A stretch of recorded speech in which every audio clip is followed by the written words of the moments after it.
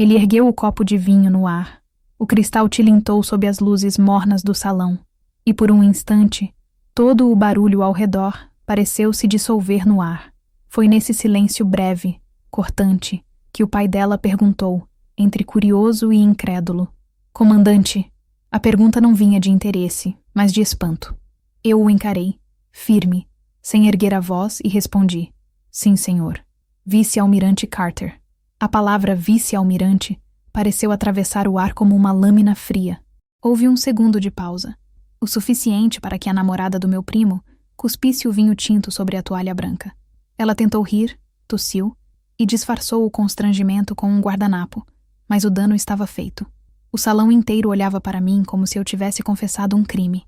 O jantar de ensaio do casamento do meu primo Lucas acontecia num restaurante caro da zona sul do Rio, cheio de luzes pendentes, porcelanas importadas e gente com a autoconfiança típica de quem acha que o dinheiro substitui caráter. A mesa longa estava cheia de primos, tios, cunhadas, amigos de faculdade, e no centro de tudo, aquela garota, Isabela, a futura noiva, que me olhava como quem examina um inseto com certo interesse científico. Eu tinha voltado de uma missão de 6 meses no Atlântico Sul apenas 2 dias antes, e confesso, não queria estar ali. Mas o convite veio com a insistência da minha mãe, que achava que a família precisava te ver de novo. Eu fui, como sempre faço, discreta, com o uniforme azul marinho impecável, cabelos presos num coque simples, postura reta. Não falo muito, não rio de qualquer coisa, e não gosto de conversa fiada. Mas naquela noite, desde o primeiro aperitivo, percebi o tom. Os olhares, as insinuações, as piadinhas de quem acha que mulher fardada é decoração. "Ah, então você é da Marinha?" perguntou Isabela, com aquele sorriso de quem já preparava o golpe seguinte. "Deve ser tão bonito trabalhar com flores e decorações de cerimônias navais." Houve risadinhas em volta. Eu sorri de volta, serena. "Não, querida, eu comando uma frota." Ela piscou, sem entender. "Como assim, frota?" Antes que eu respondesse, o pai dela, homem de terno bege e sotaque de quem passa mais tempo em reunião do que em casa, se inclinou curioso. "Comandante?" E foi então que eu disse, calma, sem ênfase, Vice-almirante Carter. O nome saiu limpo, sem orgulho, sem provocação, apenas um fato. O salão se congelou. O garçom parou de servir o vinho. Meu primo Lucas, que até então se gabava de ter a noiva mais elegante da família, ficou imóvel, o sorriso pendurado. Isabela engoliu seco, os olhos marejados, talvez pelo vinho, talvez pela vergonha. A mãe dela, sentada à direita, limpou o canto da boca e murmurou algo como: "Que interessante", com a voz trêmula. Eu apenas voltei a cortar meu salmão e segui jantando, como se nada tivesse acontecido. O silêncio se arrastou por longos segundos, até que alguém, talvez meu tio Augusto, tentou aliviar o clima rindo. "Ah, essas mulheres modernas. Hoje em dia comandam até navio." A mesa inteira riu forçadamente. Eu também sorri, não por ironia, mas por costume. Aprendi que, às vezes, o sorriso é o escudo mais eficiente. O resto do jantar seguiu com aquele desconforto suspenso no ar. Uma tensão elegante que só as famílias com segredos sabem disfarçar. Eu observava em silêncio. Isabela evitava meu olhar, mas percebia o rubor que lhe subia ao pescoço. Lucas tentava compensar, falando alto, exagerando nas histórias de infância, lembrando de quando eu o ensinava a nadar no sítio da família, como se quisesse reforçar uma hierarquia antiga. Ele, o primo engraçado. Eu, a prima séria demais. Naquela noite, eu percebi algo que até então tinha ignorado. A família não sabia lidar com o que eu me tornara. Durante anos, enquanto eu estava no mar, enfrentando tempestades, liderando equipes, tomando decisões que podiam custar vidas, eles construíram uma imagem de mim conveniente.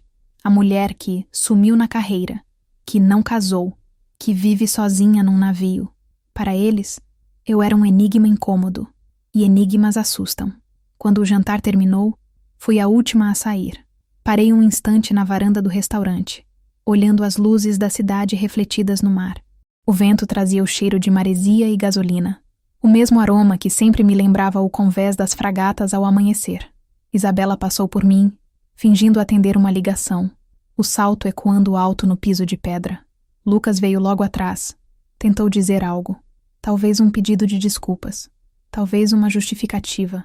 Mas eu levantei a mão e apenas disse: "Está tudo bem, Lucas. Boa sorte amanhã." Ele assentiu, aliviado, e entrou no carro com ela. Fiquei ali por mais alguns minutos, observando o reflexo das luzes dançando sobre a água escura. Na superfície calma, o reflexo tremia como um segredo prestes a emergir. Eu sabia reconhecer esse tipo de silêncio. O silêncio antes da tempestade. Porque, no fundo, aquela noite não era apenas sobre uma ofensa social. Era sobre poder. Sobre quem manda e quem finge mandar. Sobre quem constrói e quem vive de fachada. Voltei para casa tarde, ainda com o uniforme. Abri as janelas, deixei o ar do mar entrar. No espelho do corredor, vi meu próprio rosto refletido. Traços firmes, cansaço discreto, olhar calmo demais para uma mulher que tinha acabado de ser humilhada em público. Tirei as condecorações, uma a uma, e as alinhei sobre a mesa, como peças de um tabuleiro. Não era vaidade, era lembrança. Cada medalha ali representava uma decisão difícil, uma perda, um sacrifício. E enquanto as olhava, percebi algo que me fez sorrir de leve. As pessoas que tentam diminuir você raramente suportam quando descobrem o tamanho do seu silêncio. Na manhã seguinte, as mensagens começaram a chegar. Uma prima me escreveu: "Nossa, o que foi aquilo ontem? Você deixou todo mundo sem reação." Outra: "Isabela ficou morrendo de vergonha, coitada." Mas também ela provocou. E uma terceira, a mais venenosa: "Você podia ter sido mais gentil, sabia? Às vezes a humildade vale mais do que um título." Eu li todas, uma por uma, sem responder. Não porque eu não tivesse o que dizer, mas porque aprendi que o silêncio é uma resposta mais eloquente do que qualquer discurso. No quartel, ninguém sabia do ocorrido. E mesmo se soubessem, não fariam perguntas. Na Marinha, aprendemos a guardar a dignidade como se fosse munição. Trabalhei o dia inteiro, despachando relatórios, revisando protocolos, ouvindo o som distante do mar. À tarde, quando finalmente sentei para tomar um café, um pensamento me atravessou como uma rajada. Aquele jantar ainda não tinha terminado. Eu sentia, com a precisão que só quem viveu em combate entende, que havia algo por trás daquilo. O riso da garota, a curiosidade do pai dela, o olhar tenso do meu tio quando ouviram vice-almirante. Foi um reflexo mínimo, quase imperceptível, mas eu vi. Ele engoliu em seco, desviou o olhar e tamborilou os dedos na mesa. Um gesto de quem teme o que sabe. E foi ali, naquela lembrança aparentemente banal, que tudo começou a fazer sentido. A família não apenas me subestimava, eles tinham medo de mim. E medo, eu aprendi cedo, é o primeiro sinal de culpa. Naquela noite, quando voltei para casa, sentei na varanda com uma taça de vinho e um caderno antigo de anotações. O mesmo caderno em que eu registrava detalhes de cada missão, cada operação, cada tempestade enfrentada. Abri uma nova página e escrevi no topo: Operação Atlântico Dourado. Não era o nome de nenhuma missão oficial. Era o nome que eu daria à minha própria investigação. Ali, sob a luz fria do abajur, percebi que o jantar do desprezo não tinha sido um acidente social. Tinha sido um recado. E eu, como boa estrategista, sabia exatamente o que fazer com recados. Rastrear a origem, decifrar o código e revidar no momento certo. Na Marinha, há um ditado antigo: o mar devolve tudo, até o que tentam afundar. Eu apenas sorri, fechei o caderno e disse a mim mesma: então que comecem as marés. Acordei antes do despertador. São hábitos que o corpo não desaprende, mesmo quando a mente gostaria de esquecer. 5h40 da manhã. A claridade ainda tímida filtrava pelas cortinas, e o som do mar batendo distante me lembrava que, em algum ponto do horizonte, o dever ainda me chamava. Eu sentei na cama, respirei fundo e fiquei ali por alguns segundos, sentindo o coração bater no mesmo compasso que tantas madrugadas a bordo. Há algo de sagrado na rotina. Ela protege o que o caos tenta corromper. Fiz café preto, sem açúcar, do jeito que aprendi em alto mar. O gosto amargo me ancorava. Enquanto esperava a água ferver, o episódio do jantar voltou inteiro, como um filme que se recusa a terminar. O riso dela, o olhar desconfortável dos outros, a palavra vice-almirante flutuando no ar como uma sentença. Não era orgulho que eu sentia, era cansaço. Cansaço de ser sempre um espelho do desconforto alheio. Cansaço de precisar provar que minha farda não era uma armadura contra o mundo, mas uma extensão daquilo que sou. Passei a manhã na base, em reuniões, relatórios e chamadas. A rotina de comando é feita de decisões pequenas que acumulam peso invisível. Um erro, uma hesitação, e vidas podem se perder. Talvez por isso eu tenha desenvolvido essa forma fria de existir. A disciplina é o que me mantém inteira. Às vezes, porém, essa frieza é confundida com ausência de sentimento, especialmente por quem só conhece o calor superficial das aparências. Depois do expediente, voltei para casa. A solidão das minhas paredes brancas me recebeu como uma velha conhecida. Há quem tema o silêncio. Eu o trato como confidente. Enquanto tirava o uniforme, olhei meu reflexo no espelho. Linhas finas começavam a se insinuar ao redor dos olhos, mas o olhar seguia firme, treinado para enxergar o que os outros tentam esconder. Naquela noite, ele me mostrou algo que eu ainda evitava: o reflexo de uma mulher cansada de ser testada. O jantar de ontem tinha reaberto feridas antigas. Não aquelas que sangram, mas as que ardem devagar. Lembrei-me do meu pai, também militar, homem de poucas palavras e muitas regras. Cresci tentando conquistar um olhar de aprovação que raramente vinha. Quando anunciei que prestaria concurso para a escola naval, ele apenas disse: "Espero que aguente." Eu aguentei. Aguentei o curso, o isolamento, as piadas veladas, o peso de ser a única mulher em certas turmas. Aguentei as madrugadas no convés, o enjoo, a saudade, as decisões que custam o sono. E mesmo assim, o orgulho dele nunca veio. Morreu antes de ver o que me tornei. Minha mãe, por outro lado, sempre tentou me puxar de volta para o chão que eu evitava pisar. "Você vai acabar sozinha", dizia. "Homem nenhum vai entender a tua vida." E ela estava certa. Nenhum entendeu. Tive 2 relacionamentos sérios. Um terminou por distância, o outro por medo.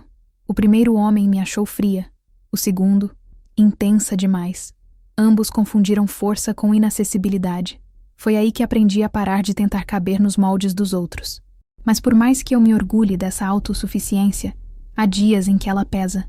Ninguém fala sobre isso. O lado solitário das mulheres que vencem. O lado que acorda às 5 e adormece às 2, que dá ordens para centenas de pessoas, mas volta para casa e come em silêncio, com o som de um relógio marcando o vazio entre uma respiração e outra. A farda protege o corpo, mas não o coração. Naquela noite, recebi uma mensagem de Lucas, meu primo. "Desculpa pela Isabela. Ela é meio sem filtro. Disse que não queria te ofender." Eu li, respirei e apaguei a conversa sem responder. Ele não entendeu. Ela não me ofendeu por ignorância, mas por instinto. Pessoas como ela sentem quando estão diante de alguém que não conseguem controlar. E por isso, atacam. O riso é a arma de quem não tem coragem de enfrentar o espelho. Peguei meu caderno, o mesmo onde, na noite anterior, eu havia escrito o nome daquela investigação que ainda não compreendia, e o abri novamente. Operação Atlântico Dourado. Escrevi abaixo: motivação. Compreender o que o medo esconde.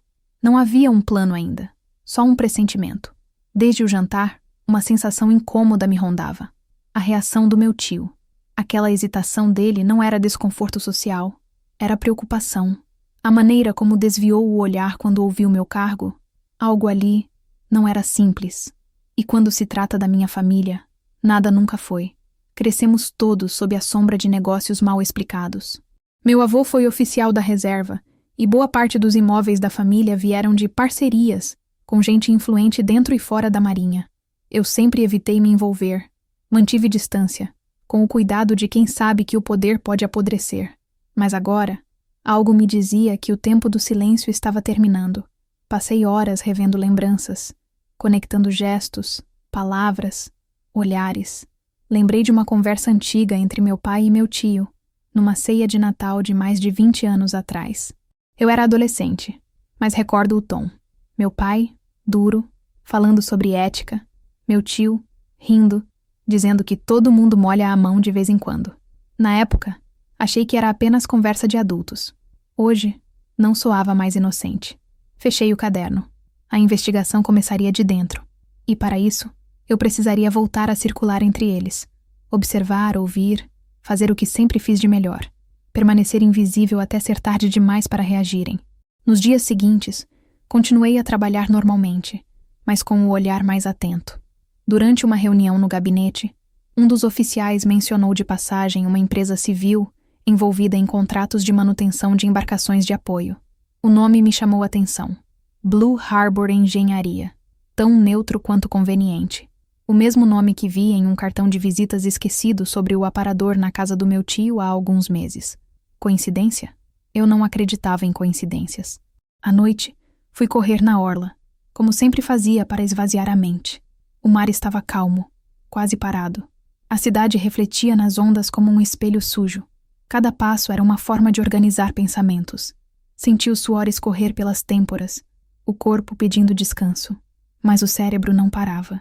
A imagem de Isabela cuspindo o vinho, o olhar do meu tio, o silêncio desconfortável da mesa, tudo se misturava num mosaico de pistas. Quando parei, já havia decidido. Eu ia até o fim. No caminho de volta, o telefone vibrou. Uma mensagem da minha mãe. Soube do jantar. Por que você não tenta ser mais amável? Às vezes a gente precisa se diminuir um pouco para caber nas pessoas. Li aquilo 3 vezes. A raiva veio em ondas. Depois virou riso. Eu não nasci para caber. Nasci para romper cercas. E paguei o preço por isso. De volta ao apartamento, tomei um banho demorado. A água quente escorrendo sobre os ombros carregava não só o sal do suor, mas anos de silêncios engolidos. Fechei os olhos e me vi de novo no convés. O som das ondas batendo no casco, o rádio chiando ordens, e a voz de um marinheiro dizendo: "Senhora, pronto para zarpar." Aquele eco me lembrou quem eu era, mesmo quando tentavam me reduzir a uma caricatura. De pijama, sentei na varanda com um caderno novo e comecei a registrar datas, nomes e detalhes. Lembrei de um e-mail antigo de Lucas pedindo uma ajudinha para agilizar um contato com o setor de licitação da base. Na época, achei inocente.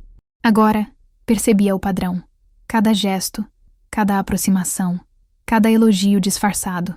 Isabela não tinha zombado de mim por acaso. Ela zombou porque sabia. Sabia que eu podia descobrir algo. Fechei o caderno com força. O som seco ecoou pelo apartamento. Senti o coração acelerar. O corpo inteiro desperto. Havia uma linha ligando todos eles. E eu estava no centro. Não como vítima, mas como ameaça.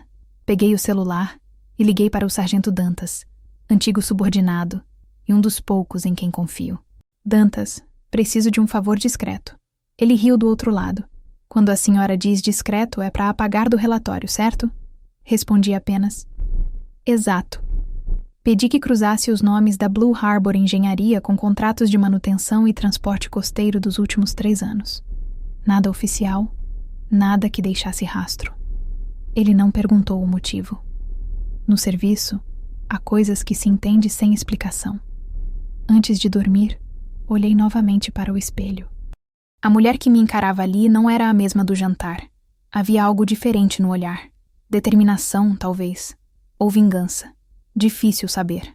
Só sei que, naquela noite, dormi com a sensação nítida de que o passado estava voltando à superfície. E o mar, quando quer devolver algo, nunca erra o momento. Na manhã seguinte, encontrei um envelope escorregado por baixo da minha porta. Nenhum remetente. Só meu nome escrito em letra fina.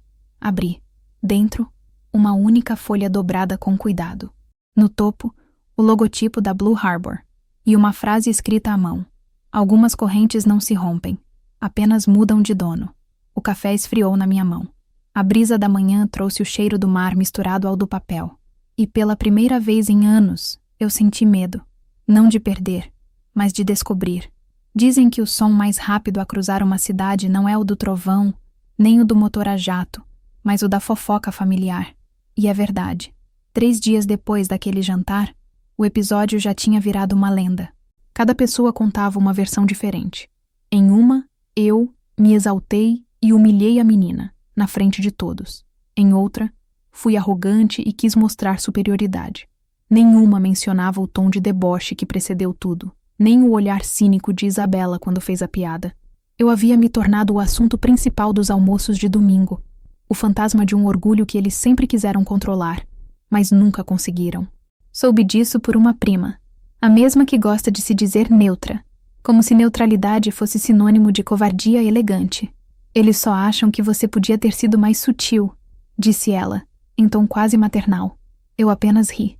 Quando a sutileza vira submissão, não é virtude, é fraqueza, respondi. Ela sorriu de canto, sem entender. Mas as palavras deles me seguiam como um eco.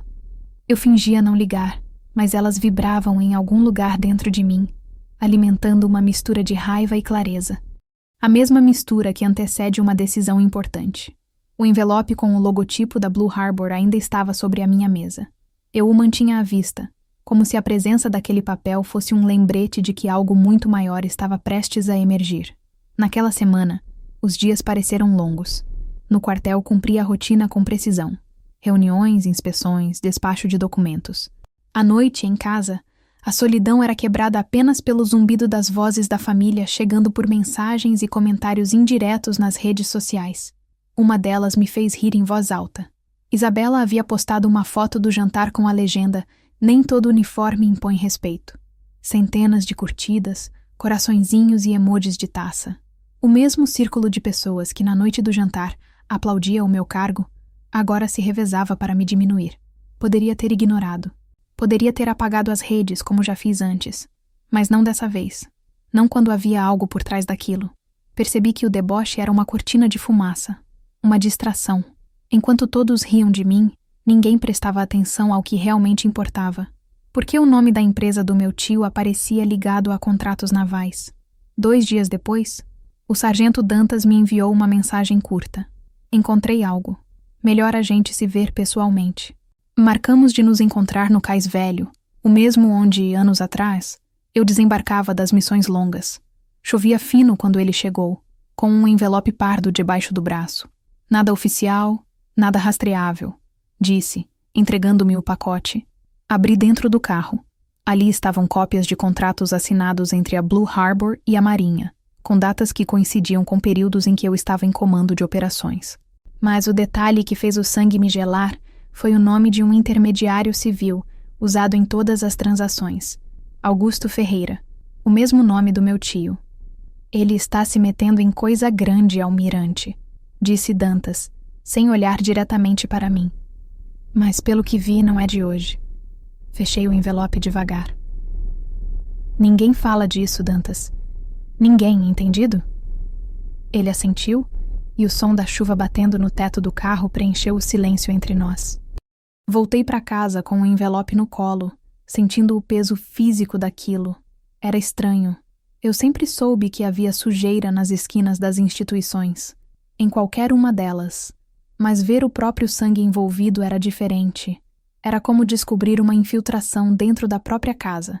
E o pior era saber que agora eu tinha uma escolha: expor ou proteger. A primeira opção significava romper de vez com a família. A segunda, compactuar. O telefone tocou à noite. Era Lucas. Oi, prima. A Isabela quer te pedir desculpa. A gente tá aqui com uns amigos. Vem tomar um vinho com a gente? A voz dele soava ensaiada, forçada, como quem tenta medir terreno. Hoje não, Lucas. Tenho um relatório para fechar. Ele insistiu. Você anda sumida. Tá tudo bem? Respirei fundo. Tudo ótimo. Só trabalhando, como sempre. E desliguei. Depois da ligação, fiquei olhando para o teto por longos minutos. Aquela tentativa de aproximação repentina era sintoma de algo. Eu conhecia esse tipo de estratégia, disfarçada de afeto, mas motivada por interesse. Era o mesmo tipo de manobra que eu via em diplomacias navais, quando países rivais fingem fraternidade na véspera de um acordo. O inimigo sorri antes de atacar. 2 dias depois, confirmei minhas suspeitas. Isabela postou outra foto, desta vez com Lucas, brindando em frente a uma casa enorme. A legenda: novos começos, novas parcerias. Ao fundo, quase imperceptível, o letreiro de uma empresa: Blue Harbor Engenharia. Meu corpo inteiro ficou frio. Fiquei alguns minutos apenas olhando para a tela, o vinho na taça esquecendo o próprio sabor. Aquilo era a confissão que eu precisava. Eles estavam metidos até o pescoço. Na manhã seguinte, fui até a base cedo demais para o padrão de qualquer oficial. Passei a madrugada em claro, elaborando mentalmente cada passo do que viria. Pedi licença administrativa de 3 dias, alegando motivos pessoais. Foi o tempo que precisei para montar o quebra-cabeça. Revisitei arquivos antigos, acessei bancos de dados, fiz anotações e, quando percebi, o sol já nascia sobre a Baía de Guanabara. Mas o que mais me assombrava não eram os documentos, eram as lembranças. Eu via a figura do meu tio nas festas de família, rindo alto, distribuindo presentes caros, pagando contas com ostentação. Aquele homem que sempre dizia: "Nós, da família Ferreira, temos tradição na marinha", sem nunca ter servido um único dia. Agora eu entendia de onde vinha tanto conforto. Ao longo daquela semana, os cochichos da família cresceram. Minha mãe me ligou para avisar. "Estão dizendo que você anda investigando o próprio tio. É verdade?" Eu respirei fundo, olhei o mar pela janela e respondi apenas: "Ainda não. Mas talvez devesse."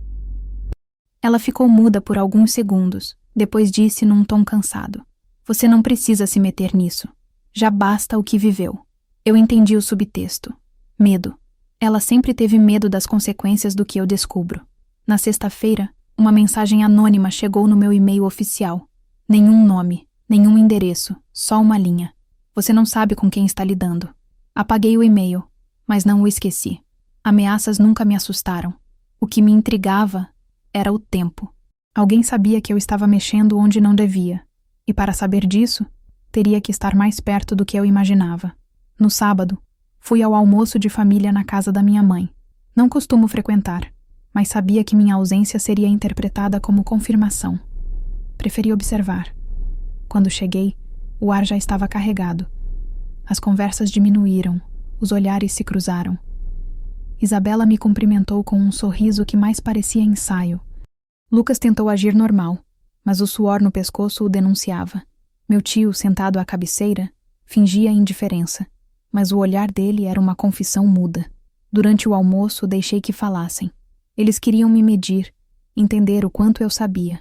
Ouvi pacientemente as histórias banais, as piadas de mau gosto, as tentativas de provocação. No final, quando minha tia perguntou: "E você, sobrinha, ainda está comandando o navio?" Respondi apenas: "Sempre. Mas às vezes a maré muda, e a gente precisa ver quem continua flutuando." A frase caiu como chumbo. Meu tio pigarreou, fingiu buscar o guardanapo, e a tensão ficou palpável. Eu terminei meu café, beijei minha mãe na testa e saí sem olhar para trás. Na rua, o vento estava morno, mas dentro de mim havia um frio difícil de nomear. Aquele encontro tinha confirmado tudo o que eu suspeitava. Eles sabiam que eu sabia. E agora começaria a dança, a que eu conhecia bem. A da dissimulação, da calma estratégica, do silêncio que prepara o ataque. De volta ao apartamento, deixei o gravador ligado sobre a mesa, como quem marca território. Liguei o computador e abri uma nova pasta. Família Ferreira, Operação Blue Harbor. Copiei cada documento, organizei por data, criei cópias criptografadas e, pela primeira vez em meses, dormi profundamente. Na manhã seguinte, o sol entrou pelas frestas das cortinas e eu me dei conta de uma coisa simples, quase banal. O jantar, o deboche, as fofocas, tudo aquilo era só o prelúdio. O verdadeiro conflito ainda nem havia começado. Eu sabia que o próximo movimento seria deles e estava pronta para o contragolpe, porque na Marinha aprendi algo que nenhum membro da minha família jamais entendeu. O silêncio não é fraqueza, é tática. E a calmaria antes da tormenta é apenas o disfarce perfeito para quem aprendeu a vencer sem precisar gritar. 3 dias depois do almoço em família, o telefone da minha mãe tocou cedo demais para ser casual. Ela atendeu no viva-voz e a voz do meu tio Augusto preencheu a cozinha. "Precisamos conversar. Todos." O tom dele não pedia, ordenava. O mesmo tom que usava quando éramos crianças, e ele queria nos lembrar quem controlava o dinheiro da casa. Eu estava de licença, sem obrigações imediatas na base. Então fui. Não por obediência, por estratégia. A reunião foi marcada para o domingo seguinte, na antiga casa do meu avô, hoje praticamente abandonada. Fiquei observando o portão de ferro enferrujado, o jardim tomado por ervas e o brasão da família ainda cravado no muro. Aquela casa sempre me pareceu uma ruína simbólica, bonita por fora, corroída por dentro. Entrei sem bater. O cheiro de mofo e lembrança misturado me atingiu como um soco. Dentro estavam todos: meu tio, Lucas, Isabela, minha mãe e uma prima que fazia o papel de testemunha moral. A mesa central, antes usada para ceias de Natal, agora estava coberta por papéis, pastas e um notebook aberto. Augusto levantou os olhos quando me viu, e o sorriso que forçou parecia uma rachadura. Finalmente, disse, podemos esclarecer algumas coisas. Sentei-me em silêncio. Ele começou a falar como quem tenta construir uma versão antes que a verdade apareça. Soube que você anda interessada em negócios que não são da sua alçada. Isso pode gerar mal-entendidos perigosos, sabe? Ainda mais para quem tem um cargo como o seu. Demorei 2 segundos para responder. A verdade não tem alçada, tio. Ele riu, sem graça. Ah, essas frases de efeito militares. E então jogou uma pasta na minha frente.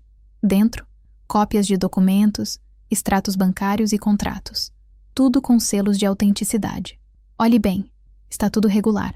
Blue Harbor é uma empresa séria. Prestamos serviços ao governo há anos. Peguei os papéis com calma. O cheiro de tinta fresca denunciava que alguns documentos eram recentes, impressos às pressas. Os carimbos, falsos. Mas não disse nada. Ele esperava que eu reagisse, que confrontasse, que criasse o conflito. Eu apenas os examinei e devolvi ao envelope.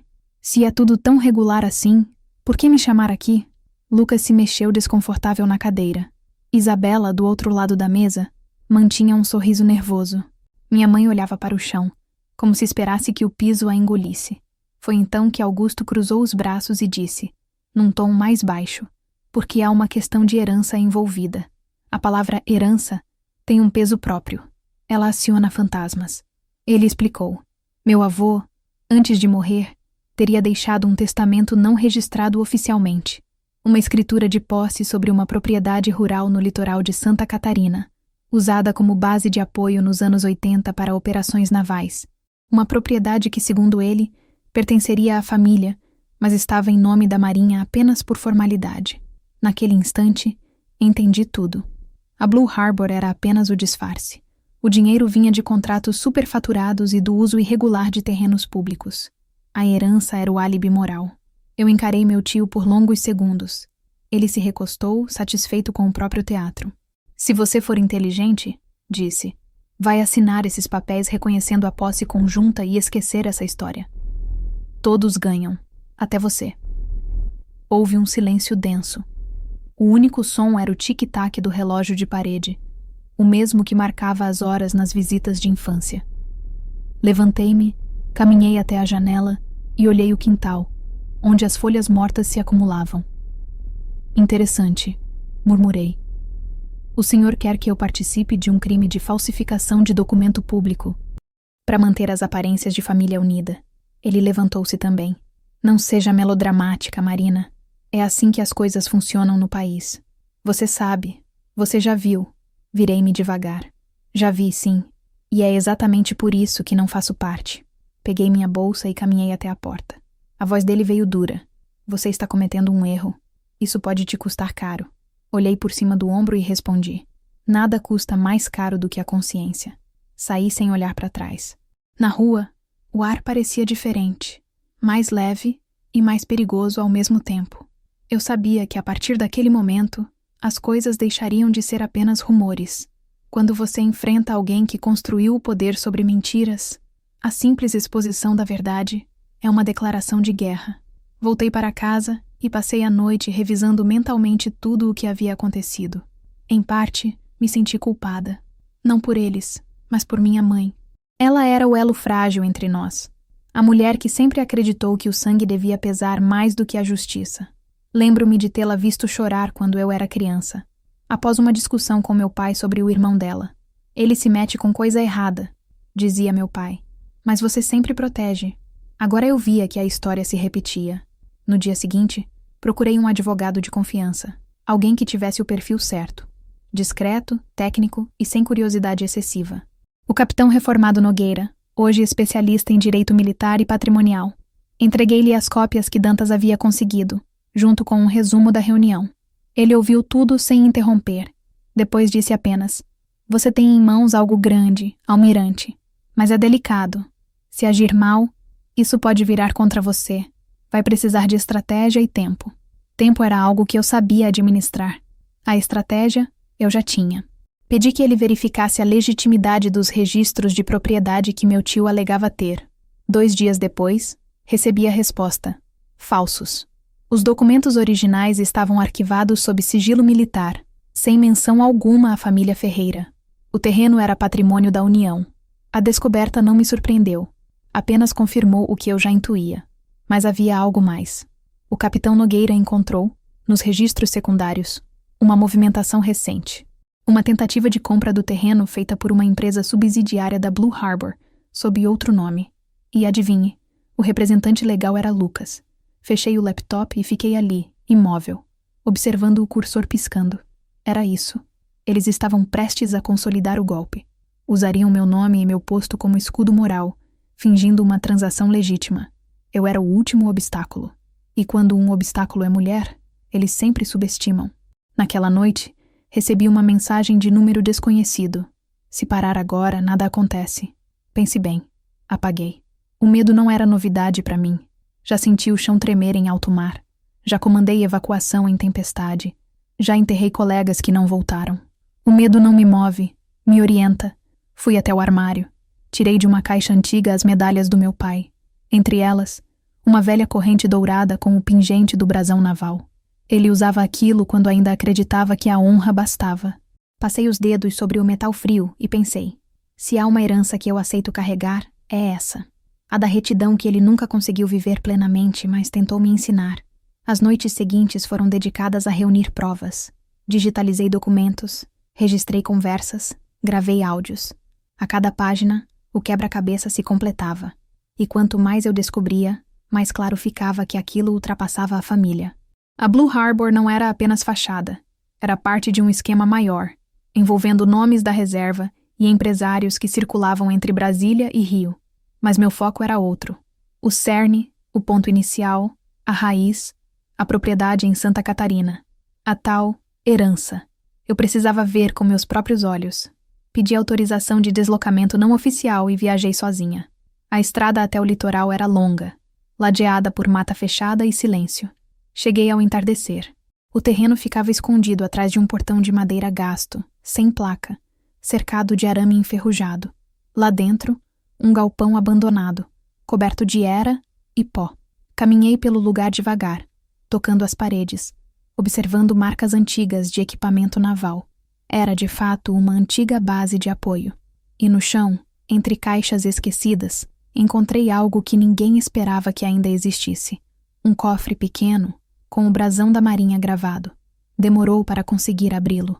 Dentro, havia um maço de documentos amarelados, relatórios de operação, correspondências e um caderno com anotações datadas de 1986, todas assinadas por Capitão Augusto Ferreira, o mesmo homem que, décadas depois, transformou a memória da Marinha em fonte de lucro próprio.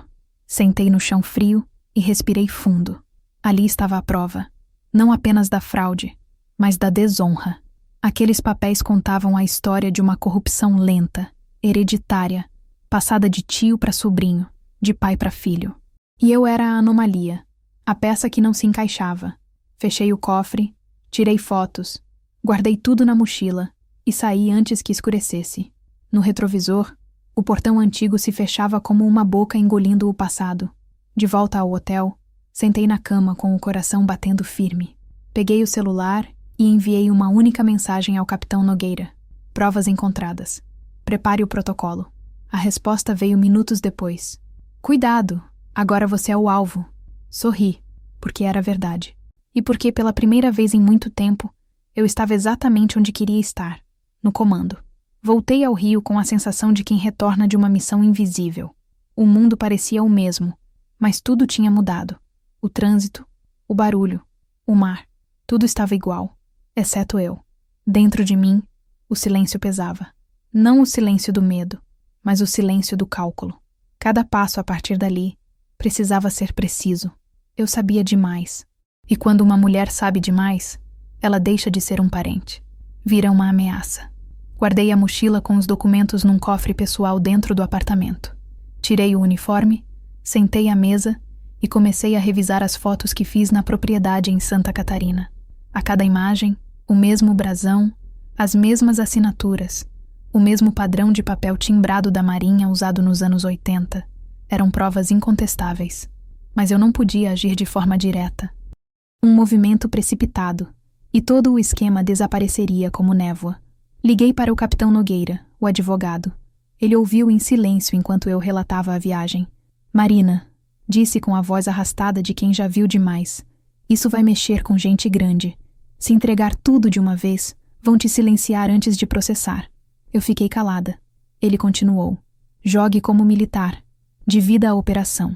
A primeira etapa é deixar escapar o que você quer que eles saibam. Aquilo ecoou em mim. Em alto mar, as batalhas nunca são ganhas pela força, mas pela leitura da corrente. A mesma lógica se aplicava ali. Eu precisava parecer vulnerável, dar a eles a falsa sensação de controle. Naquela mesma noite, fui até o quarto e abri o armário onde guardo as lembranças de missões antigas. Diários, medalhas, fotos de tripulações. Peguei uma fotografia minha com o pelotão feminino de 2014, a primeira turma sob meu comando integral. Atrás dela, eu havia escrito: manter a rota, mesmo sob mar revolto. Senti a frase bater fundo. O mar parecia calmo demais ultimamente, e isso sempre significa perigo. Comecei a montar a primeira parte da estratégia. Passei 2 dias inteiros analisando tudo o que sabia sobre meu tio e Lucas. Empresas, contatos, endereços, movimentações. Usei o mesmo método que aplico em operações navais. Identificar o ponto mais frágil da estrutura. Descobri que o elo vulnerável era Isabela. Ela não entendia o jogo que jogava. Era vaidosa, impaciente e, acima de tudo, carente de atenção. Pessoas assim sempre deixam rastros. Criei um perfil falso nas redes sociais, com um nome comum e foto neutra. Aproximei-me de Isabela aos poucos, curtindo publicações, comentando com elogios genéricos, elogiando o vestido, o cabelo, a decoração. Ela respondeu rápido, como sempre fazem os que vivem de aprovação. Em menos de uma semana já tínhamos trocado mensagens. Nas entrelinhas, percebi o quanto ela se orgulhava da nova vida empresarial com Lucas. Falava da Blue Harbor com a segurança de quem repete o que ouviu, não o que entende. Numa das conversas, soltou sem querer que Lucas estava viajando para resolver uns contratos no sul. Eu soube na hora. Ele estava cuidando do terreno. A operação ainda estava viva e mais próxima da execução do que eu imaginava. Enviei essa informação para o capitão Nogueira, que apenas respondeu: tempo de ação chegando. Não antecipe o disparo. No mesmo dia, minha mãe me ligou. A voz dela estava trêmula. O Augusto veio aqui. Disse que está preocupado com você, que anda obcecada com coisas antigas, que pode acabar prejudicando sua carreira. Eu respirei fundo. E o que você respondeu? Ela hesitou. Disse que você é adulta, sabe o que faz. Mas ele parecia com medo. Essa palavra, medo, voltou como uma maré. Ele estava inquieto. Isso era bom. Significava que minha presença o desequilibrava. À noite, fui até a varanda. A cidade se estendia em luzes e ruídos, mas lá embaixo o mar estava calmo, denso, quase espelhado. Observei o reflexo das estrelas e pensei em quantas vezes vi o oceano esconder segredos sob a aparência de paz. Sob as águas calmas, o perigo sempre cresce. Nos dias seguintes, continuei fingindo normalidade. Compareci às reuniões, mantive a rotina, deixei que todos acreditassem que eu havia desistido, e enquanto eles relaxavam, eu agia. Enviei cópias parciais dos documentos para um servidor externo protegido. Fiz backups criptografados em 3 locais diferentes. E, em um movimento calculado, deixei uma pequena pista vazar. Um e-mail que, por engano, foi encaminhado para o endereço corporativo da Blue Harbor, contendo parte de um relatório sobre Irregularidades administrativas. Demorou menos de 24 horas para que o telefone tocasse. Era Lucas. Prima, você anda mexendo com coisas perigosas, disse, tentando soar protetor. Perigoso é o que vocês estão fazendo, respondi. Houve silêncio do outro lado. Então ele mudou o tom. Você não entende o contexto. Não é o que parece. Sorri. Contexto é a palavra favorita dos culpados. Entendo perfeitamente. E desliguei. Naquela noite, percebi que a primeira etapa estava cumprida. Eles sabiam que eu sabia. Mas o jogo era mais profundo. Eu precisava que eles se movessem. E se movessem rápido. Só assim deixariam rastros. 2 dias depois, Isabela postou uma foto em um restaurante caro. Taças erguidas, a legenda. Brindando a vitória. Ao fundo, mal visível, uma pasta com o selo da Blue Harbor. O detalhe era mínimo, mas suficiente para confirmar. Estavam fechando algo grande. Enviei a imagem a Nogueira, que respondeu com uma única frase. A rede está se fechando. Passei o fim de semana recolhendo as últimas provas. No domingo à noite o interfone tocou. Era o porteiro. Tem um envelope para a senhora. Entregue por um motoboy. Sem remetente. Desci e peguei o pacote. Dentro, apenas uma foto. Eu saindo do prédio, tirada à distância. E uma frase escrita em caneta vermelha. Pare antes que o mar te engula. Fiquei olhando a foto por longos minutos, sentindo o pulso acelerar. O medo não era pelo aviso, mas pela confirmação. Eles estavam me vigiando. Tinham recursos. Mas esqueceram um detalhe essencial. Eu também sabia rastrear. Liguei para Dantas. Preciso que identifique o IP do e-mail que mandou a mensagem anônima da semana passada e veja se coincide com algum endereço ligado a Blue Harbor. Ele respondeu sem hesitar.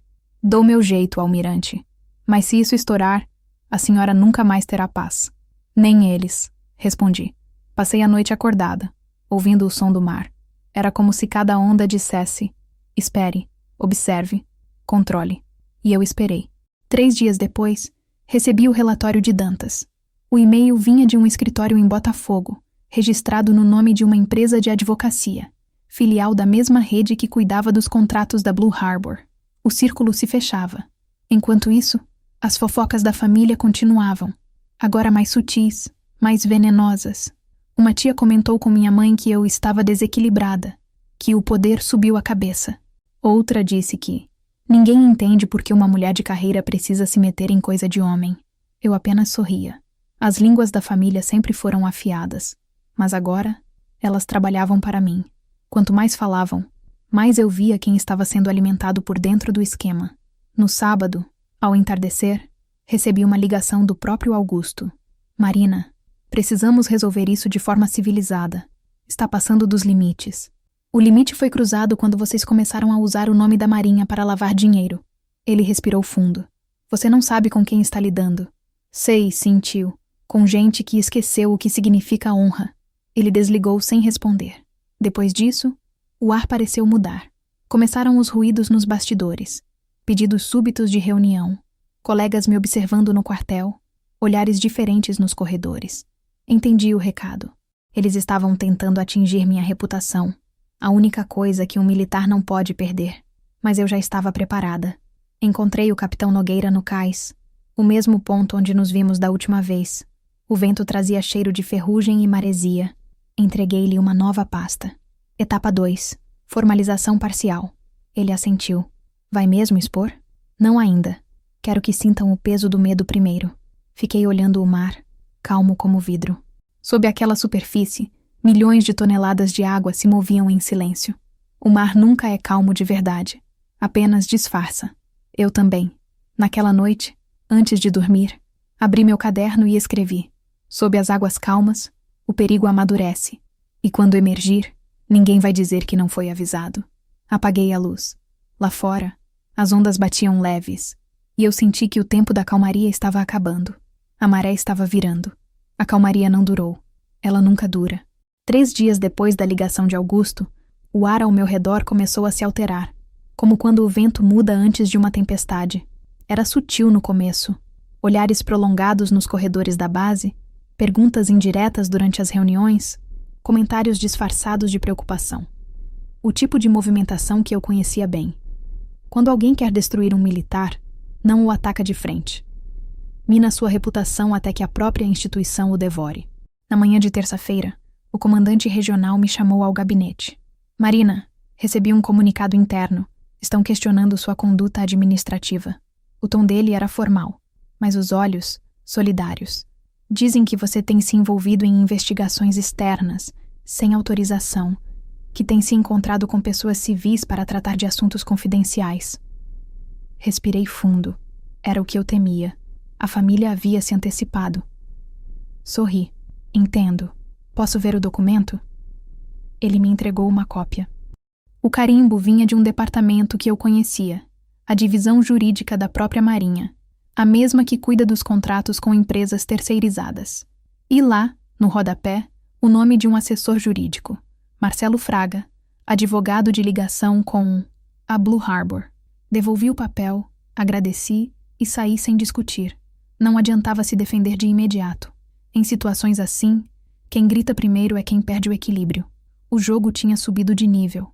Agora não era mais uma disputa de família. Era uma guerra de influência. No mesmo dia, encontrei o capitão Nogueira no café ao lado do Tribunal Marítimo. Ele me olhou e balançou a cabeça devagar. Eles estão tentando te descreditar, Marina. Vão espalhar que você usou informações sigilosas para ganho pessoal. Eu ri baixo. Ganhar o quê? Uma herança que nem existe? Ele me olhou sério. A verdade nunca foi o que protegeu ninguém. O que protege é o poder de contar a história primeiro. A frase dele ficou na minha cabeça o resto do dia.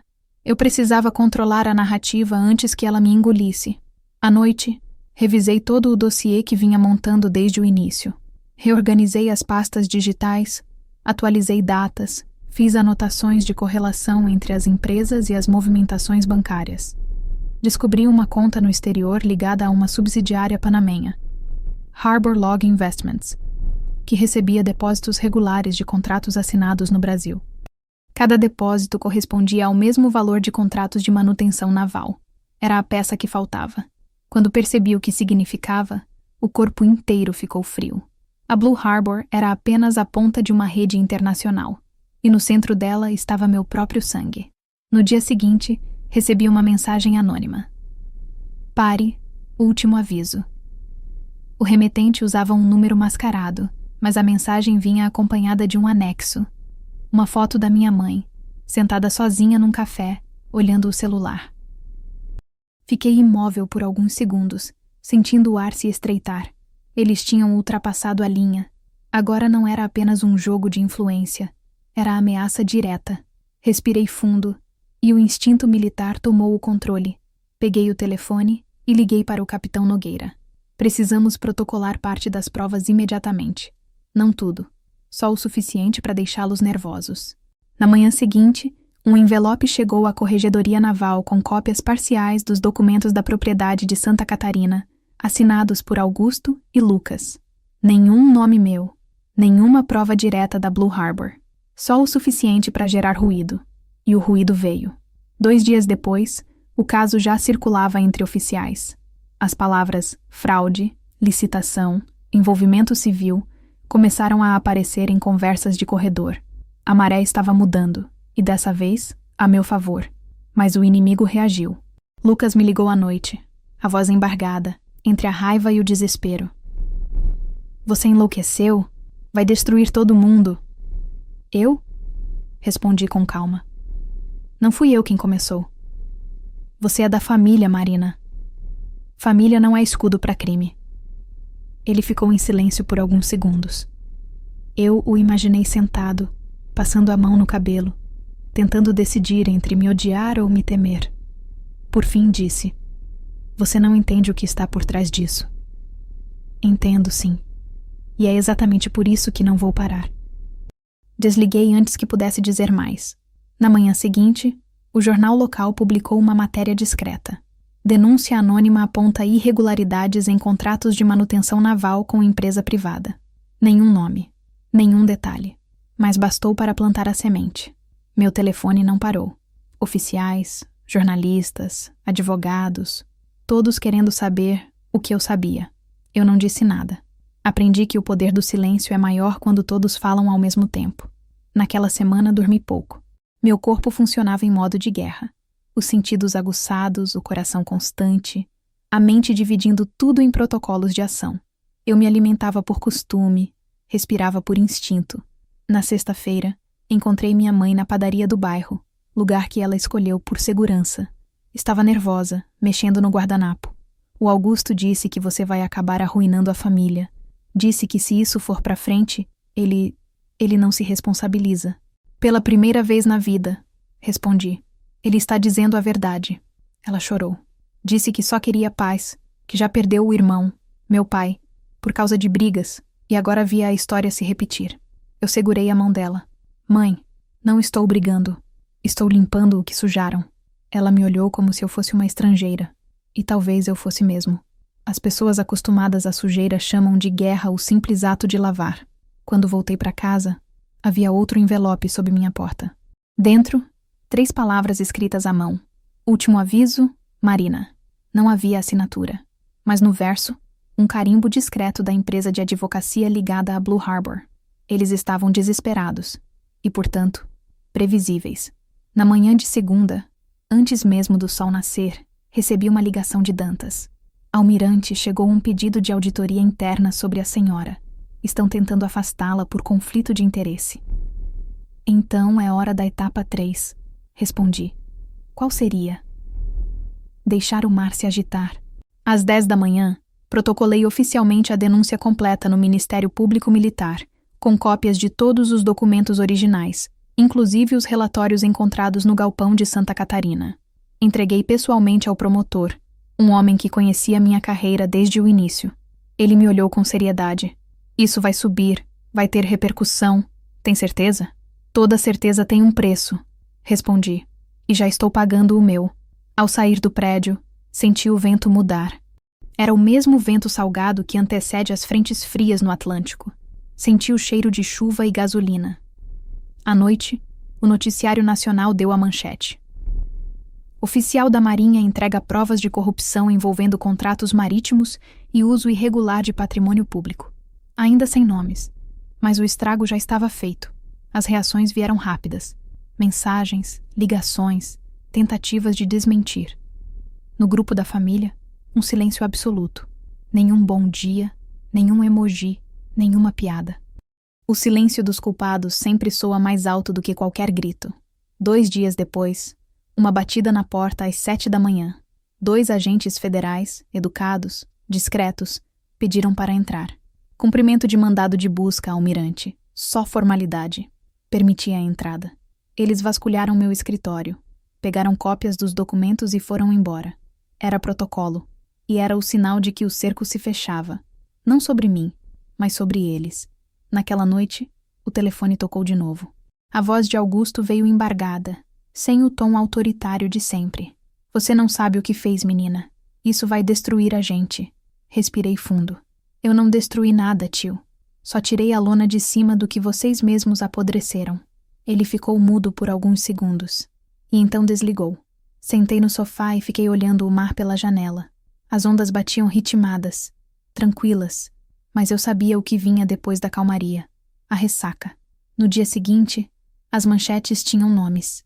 Empresário Augusto Ferreira e seu filho, investigados por fraude em contratos navais.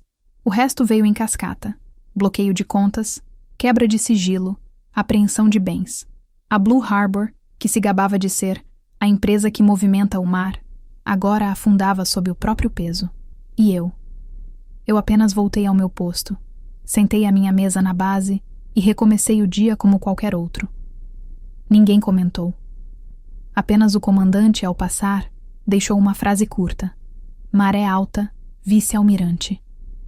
Eu assenti. Porque sabia.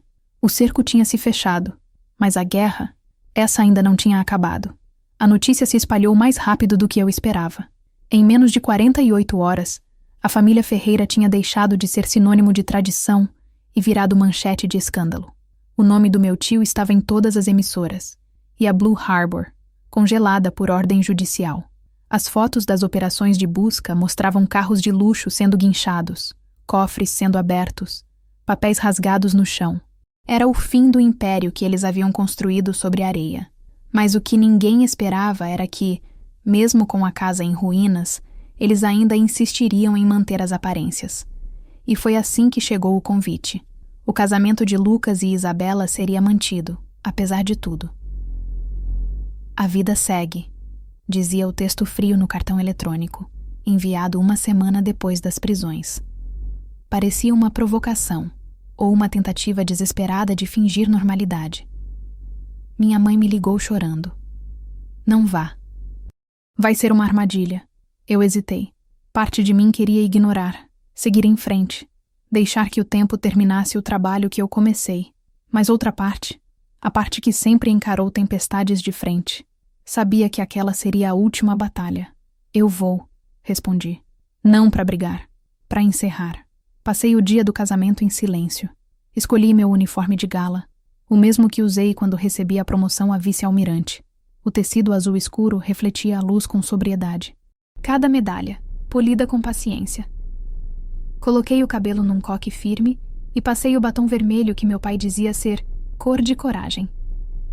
Quando me olhei no espelho, vi a mulher que eles sempre tentaram esconder atrás de piadas e diminuições. Era ela quem iria ao casamento, não a prima que engolia insultos. O evento foi realizado num hotel à beira-mar, ironicamente o mesmo onde anos antes haviam celebrado o noivado.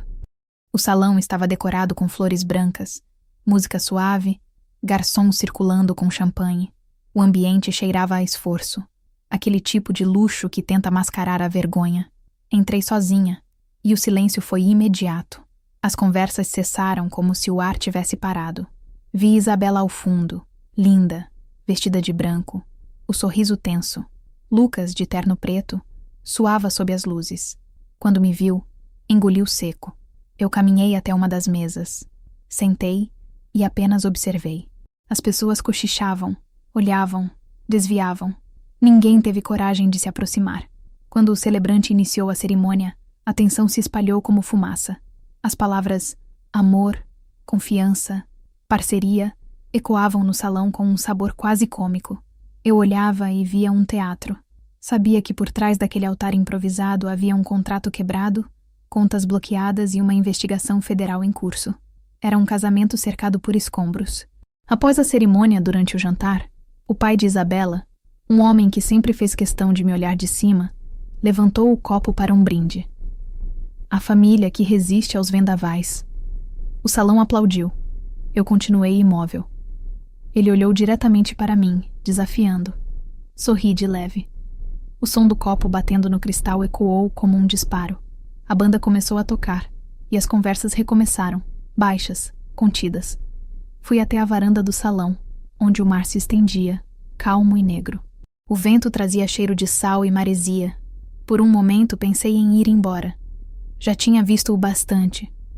Mas foi quando ouvi meu nome que soube. Ainda não havia acabado. Vice-almirante Carter. A voz veio de trás, firme e irônica.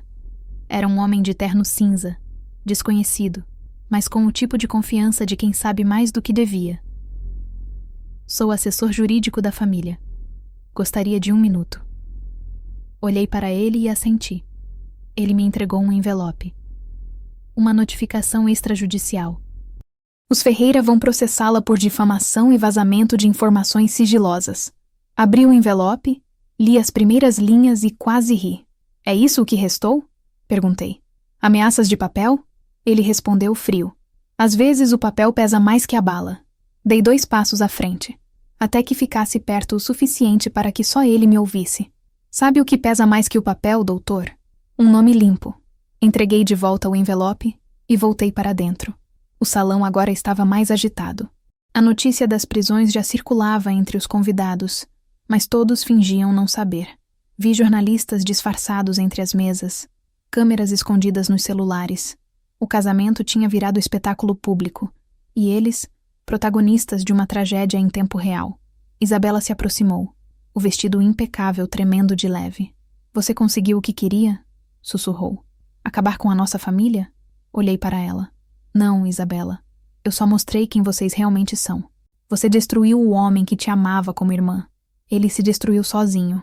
Eu só tirei a lona de cima. Ela tentou responder, mas a voz falhou. Os olhos marejaram. Acha que venceu? Vai morrer sozinha. Sorri. Solidão não mata, querida. Corrupção, sim. Ela virou as costas e foi embora, tropeçando na barra do vestido. Minutos depois, ouvi o barulho seco de uma taça se quebrando. Lucas estava discutindo com o pai dela. Palavras como vergonha, prisão, dinheiro ecoavam. Os convidados começaram a se afastar, constrangidos. O caos se espalhava, e eu, do canto da sala, observava em silêncio. Era como assistir a uma embarcação que eu sabia que iria afundar, e não poder, nem querer, fazer nada para impedir. O celebrante tentava manter a compostura. A banda parou de tocar. Alguém sugeriu encerrar a festa. Foi quando vi 2 homens de terno entrando pelo saguão. Agentes federais, discretos, mas inconfundíveis. Caminharam diretamente até Lucas. Um deles mostrou a credencial. O outro falou algo baixo demais para que eu ouvisse. Lucas empalideceu. Isabela começou a gritar. O salão mergulhou em um silêncio absoluto. Os agentes o conduziram calmamente até a saída. Do lado de fora, as luzes vermelhas dos carros refletiam nas janelas. O som das câmeras disparando era o novo aplauso da noite. Eu permaneci imóvel. Não havia satisfação, nem alívio. Apenas a constatação fria de que tudo aquilo era inevitável. Quando você constrói uma vida sobre mentiras, uma hora o peso afunda o navio. O pai de Isabela passou por mim, pálido, o olhar vazio. Você não tem noção do que fez. Pelo contrário, respondi. Tenho total consciência. Peguei minha bolsa e caminhei até a saída. O vento do mar era forte, empurrando o vestido contra as pernas. Olhei para o céu. Nuvens densas, o prenúncio da chuva. Tudo parecia se alinhar. O fim de uma era, o início de outra. Do lado de fora, um jornalista se aproximou. Vice-almirante, pode comentar a prisão do seu primo? Olhei para ele e disse apenas: a justiça é como o mar. Tarda, mas sempre chega à costa. Entrei no carro e parti. A chuva começou no caminho. Pesada, espessa, lavando a cidade. O limpador de para-brisa se movia ritmado, e o som da água batendo no teto me lembrou as noites em alto mar, quando a escuridão engolia tudo. E ainda assim eu sabia para onde estava indo. Cheguei em casa tarde. Tirei o uniforme devagar, como quem tira uma pele antiga. No espelho, a mulher que me olhava parecia outra. Cansada, mas inteira. Toquei o broche dourado do brasão e pensei no meu pai. Ele teria entendido. Talvez não tivesse aprovado meus métodos, mas entenderia. Peguei o caderno que mantenho sobre a mesa e escrevi: o mar não ensina a vencer, ensina a resistir. E quem resiste, vence. Fechei o caderno, apaguei as luzes e fui para a varanda.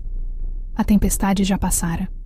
O ar estava limpo e as ondas quebravam lá embaixo, uma após a outra, disciplinadas, incessantes, como tudo o que sobrevive.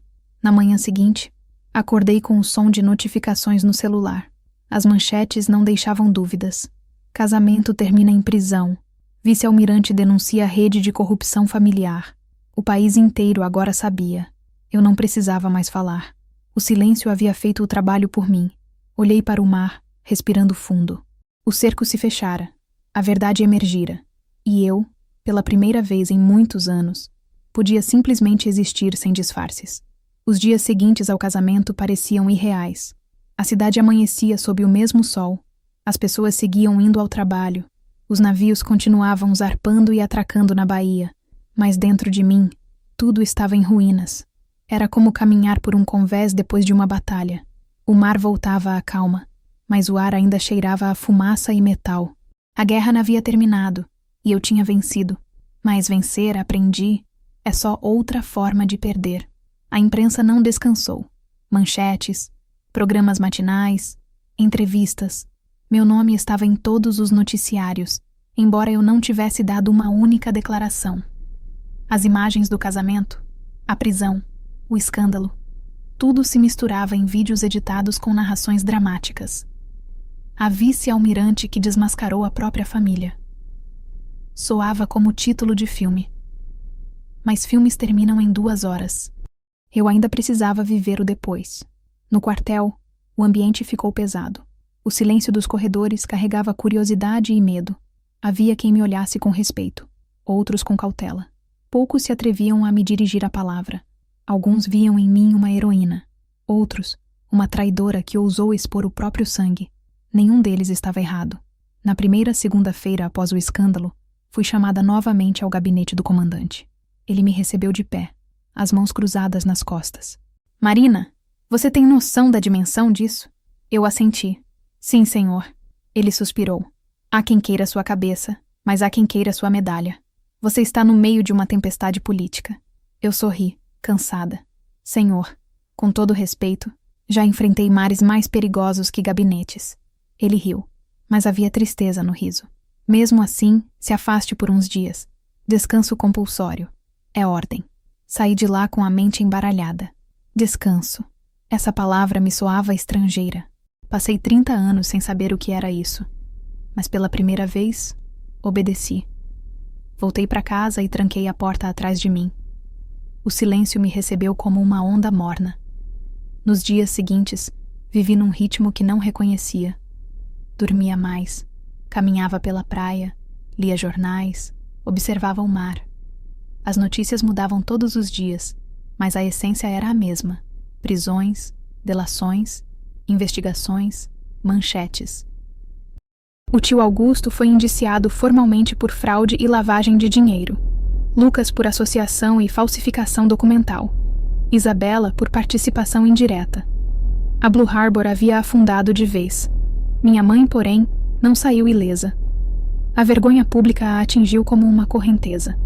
Passou a evitar ligações, fechou as redes, raramente saía de casa. Fui vê-la uma semana depois. A encontrei na varanda, olhando o horizonte com uma xícara de café frio nas mãos. Você está feliz agora? Perguntou sem me olhar. Feliz? Repeti. Felicidade não cabe nesse tipo de vitória. Ela respirou fundo, os olhos marejados. Você destruiu a família. Eu só cortei o que já estava apodrecido. E o que sobrou? Pensei antes de responder. Sobrou o que é verdadeiro. Ela não disse mais nada. Voltou o olhar para o mar. Ficamos em silêncio por longos minutos. Às vezes o amor de mãe é uma âncora. Segura, mas também impede de avançar. Voltei para casa com o coração pesado. Liguei o rádio apenas para ouvir vozes humanas. Tocava uma música antiga, uma canção que meu pai costumava assobiar quando voltava das missões. Fechei os olhos e deixei o som preencher o vazio. Ele sempre dizia que o mar não castiga, apenas devolve. Agora eu entendia.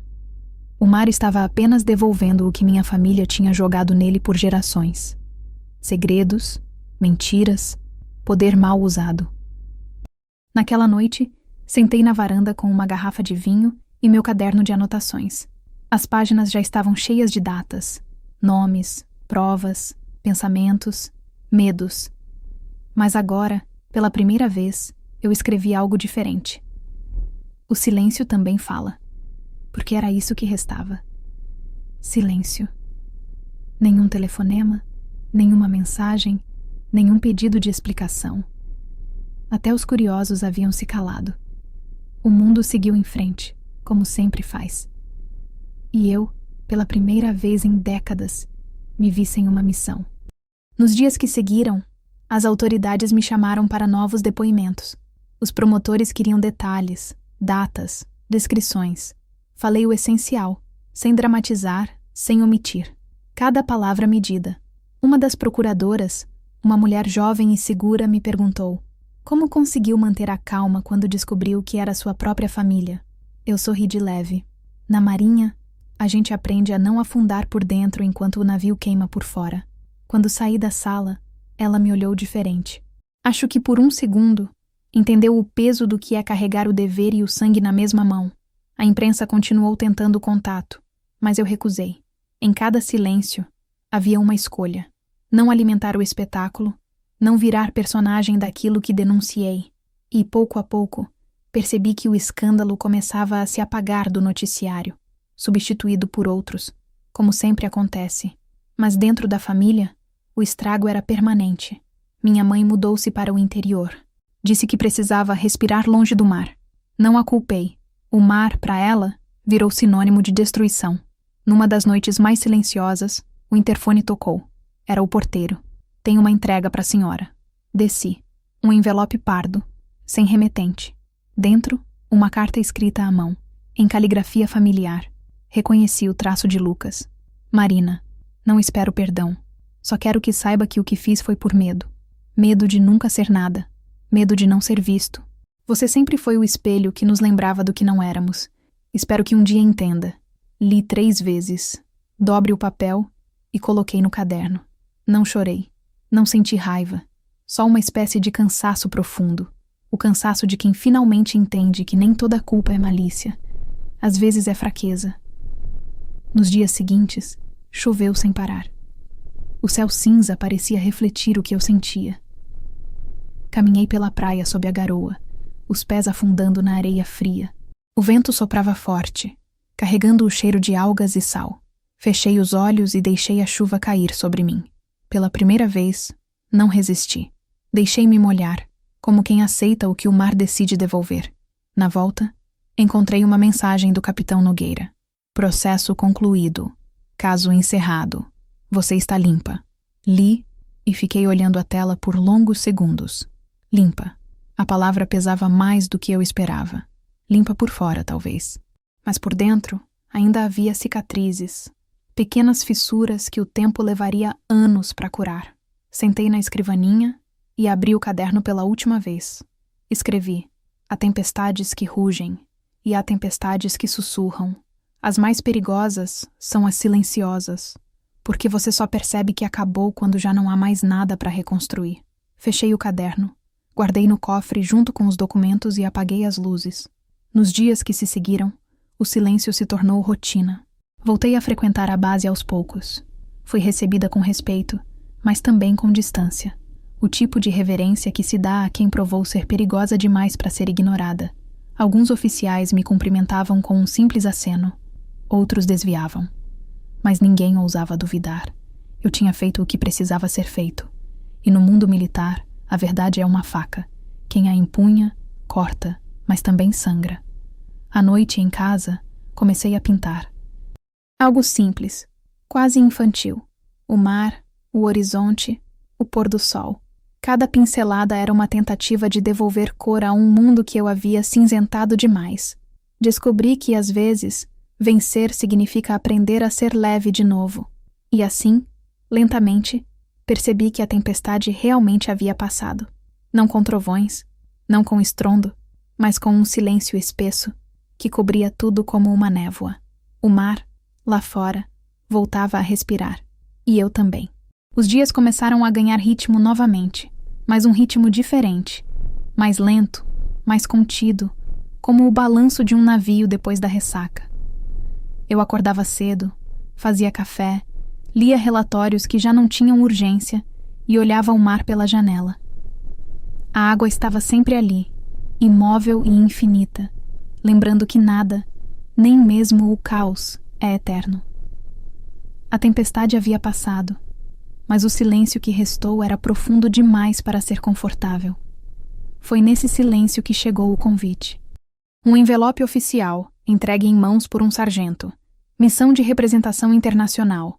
Fórum Naval do Atlântico Norte. Duração: 3 meses. No rodapé, a assinatura do alto comando. Fiquei olhando o papel por longos minutos. Era um gesto de confiança. Talvez uma forma discreta de reintegrar meu nome ao prestígio que tentaram manchar. Mas também era uma oportunidade para respirar longe de tudo. Longe do escândalo, longe das memórias, longe de mim mesma.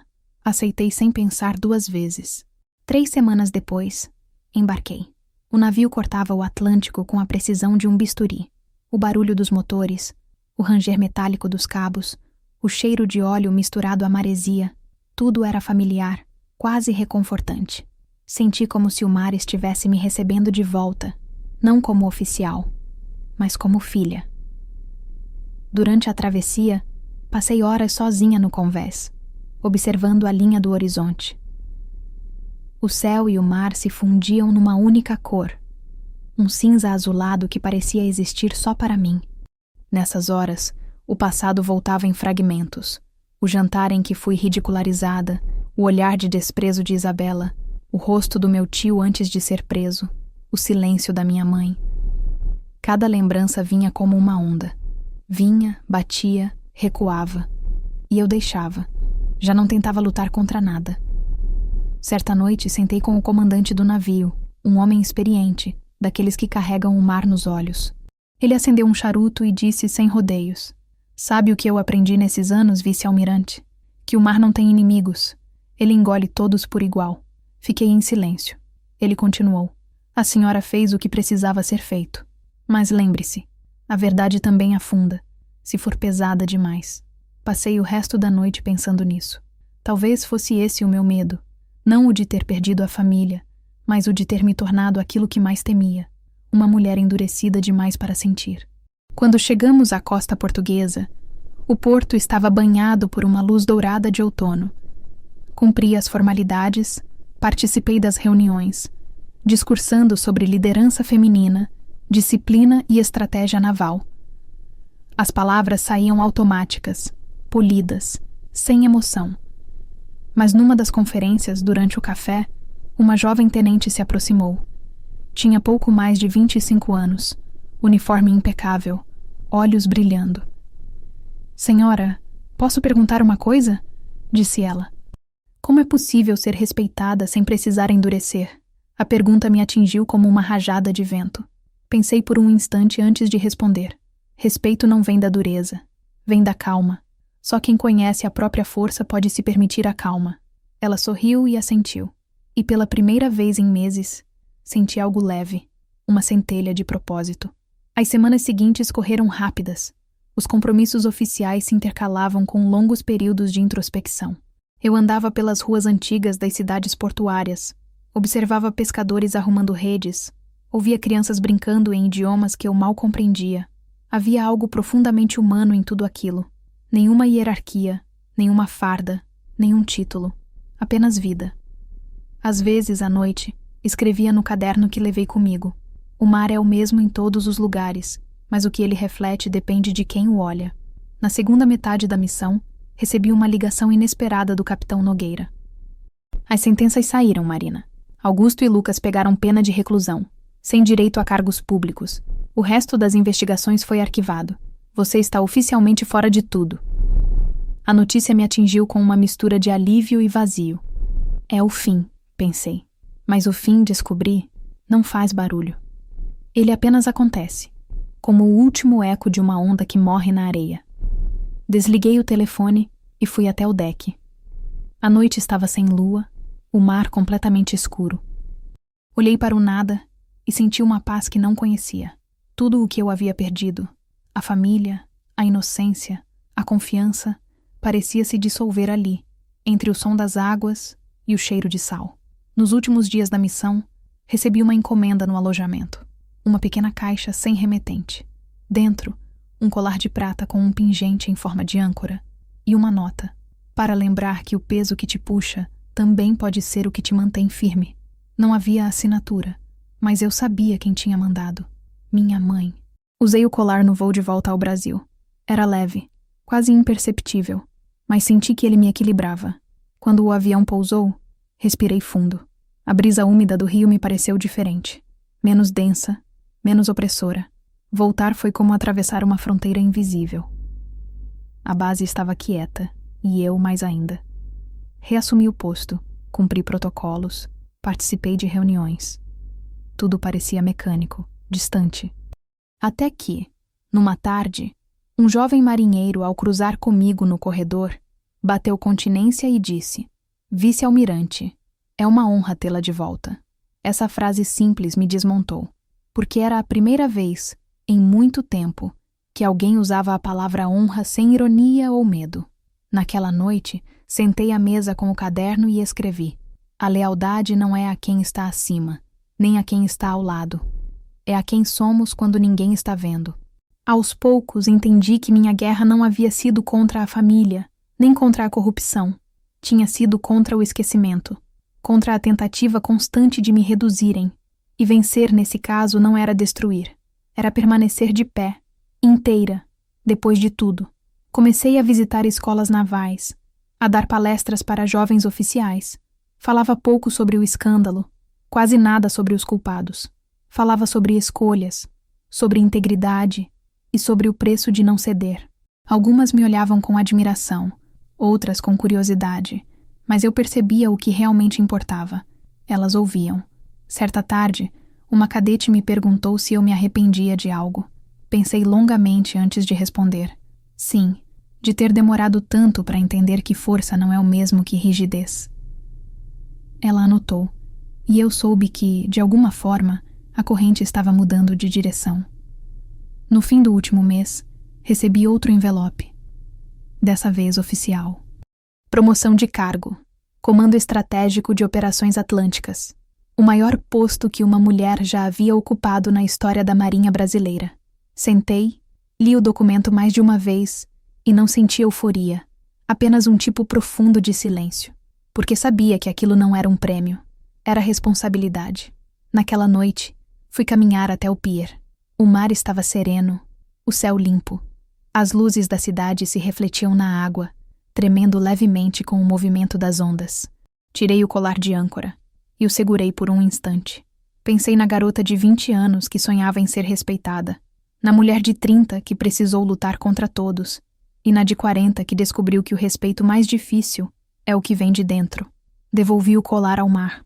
Vi o brilho da prata desaparecer entre as ondas e murmurei: agora você pode descansar. Voltei caminhando devagar, sentindo o vento quente bater no rosto. O som do mar atrás de mim era o mesmo de sempre, infinito, constante, indiferente. Mas pela primeira vez, ele não soava como ameaça, nem como lembrança. Soava como casa. E ali, entre o mar e o silêncio, percebi: não há redenção em destruir o que é podre. A redenção está em continuar limpa depois da lama. O dia em que recebi oficialmente o comando da Operação Atlântica começou como qualquer outro.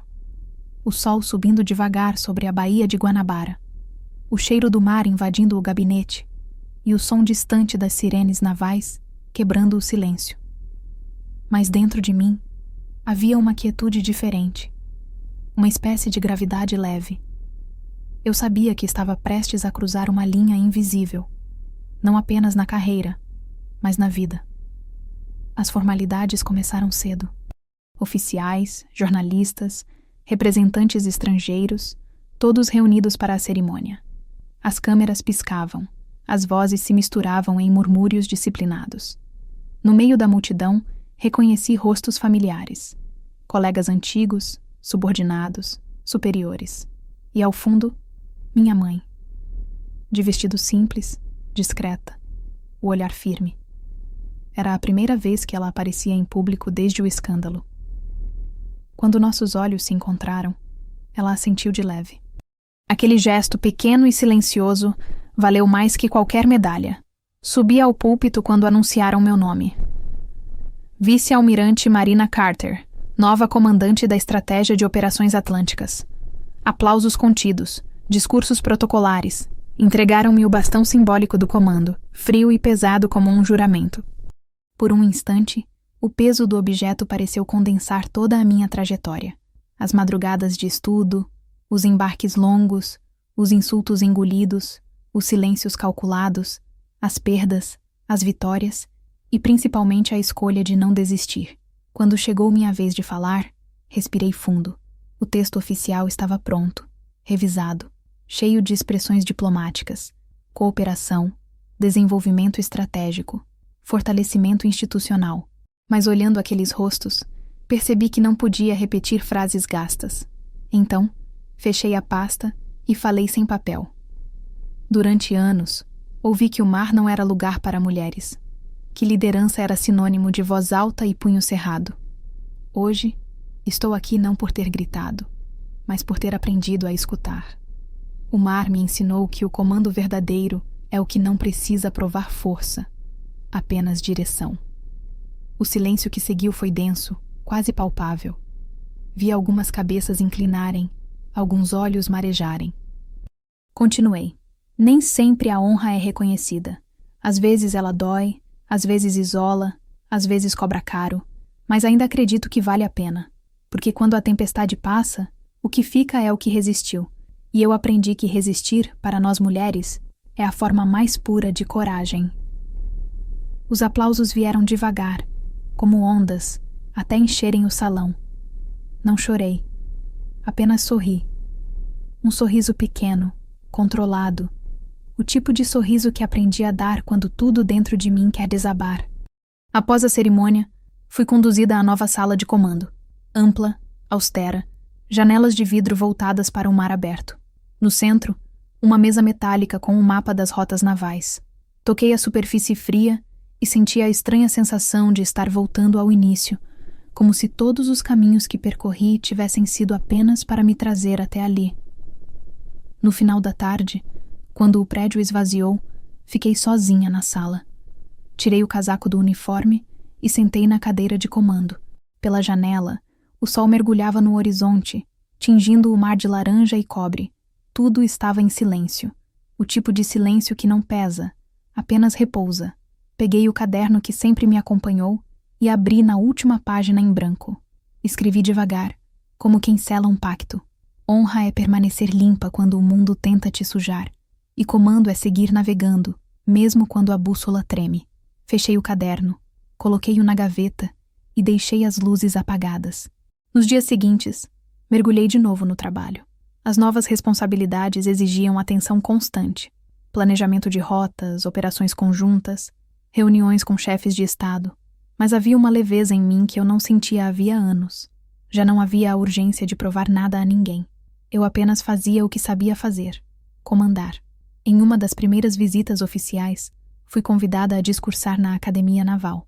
Entrei no auditório lotado de cadetes, a maioria homens jovens, mas entre eles vi várias mulheres. As fileiras azuis formavam um mosaico de disciplina e expectativa. Vocês vão enfrentar mares que eu nunca enfrentei, comecei. Alguns de água, outros de gente. Em ambos, o que vai salvar vocês não é força, é propósito. Uma cadete na primeira fileira me observava com os olhos marejados. Ao final, ela se aproximou. Senhora, eu entrei na Marinha porque ouvi sua história.